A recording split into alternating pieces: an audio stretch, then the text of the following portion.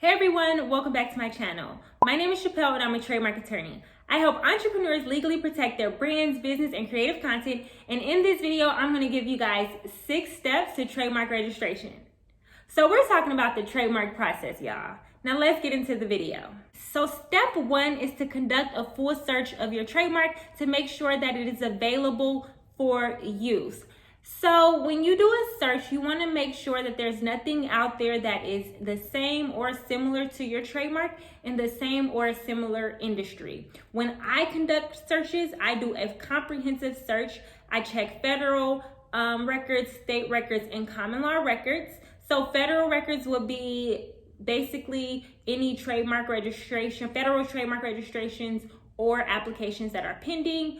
State is any state records such as business records, state trademarks, things like that. And then common law is pretty much anyone that's using the mark in commerce, but maybe they didn't do any formal paperwork, or maybe they did. It's just use in commerce, but they don't have a federal registration. I check all of those records to determine if there's anyone out there, anything out there that might cause conflict with your application, because just because you don't have a federal registered trademark, you still may have some rights to the name. And so when you're filing a trademark, you want to see if there's anyone that don't have a registered trademark that might have rights to that name. I hope I explained that good. So I search all of those records to determine the likelihood of success on registering your trademark. So after the search is complete, then for me or for attorneys, step 2 is to draft and issue an opinion letter. However, if you are doing a DIY trademark, this step will not apply to you, but I'm going to tell you guys this step anyway. So an opinion letter is a letter that basically details my findings of the search. So it will rank the risk of your mark from low risk, medium risk, or high risk. A low risk mark means that you should be able to register with no issues. A medium risk means that you'll probably receive an office action from the USPTO. However, we have a good argument to overcome it. And then a high risk mark means that you should abort mission and basically find a new name, because there's something out there that is going to cause conflict with your mark, and basically you're going to get denied because of this.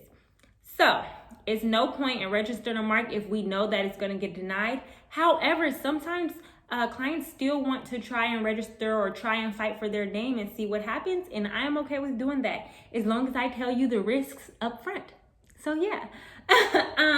Okay, so once the search or the opinion, once you receive the opinion letter, then we move on to file your application. So I will prepare and file the trademark application. If you're doing it yourself, you should prepare and file your trademark application.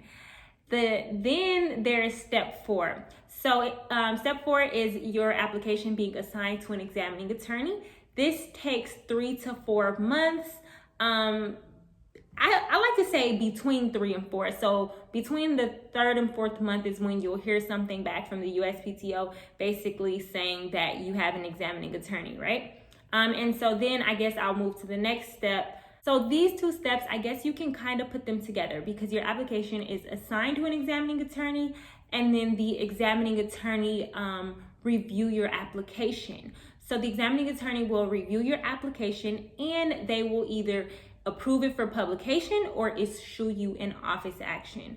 So publication is basically when your trademark is posted in something called an official gazette for 30 days, and the general public can try and oppose your trademark and say, this trademark should not be registered because it's conflicting with my rights in some type of way, or it's going to harm me in some type of way, and so this trademark should not be registered.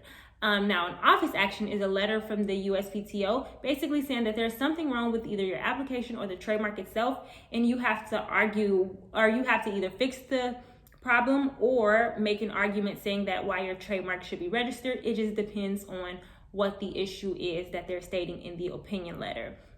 Now, if you receive an office action, you typically have up to 6 months to respond to that office action. If you do not receive the office action and it moves on to publication, like I said, it will be put into the official gazette for that 30-day period and see if there is anyone opposing your trademark.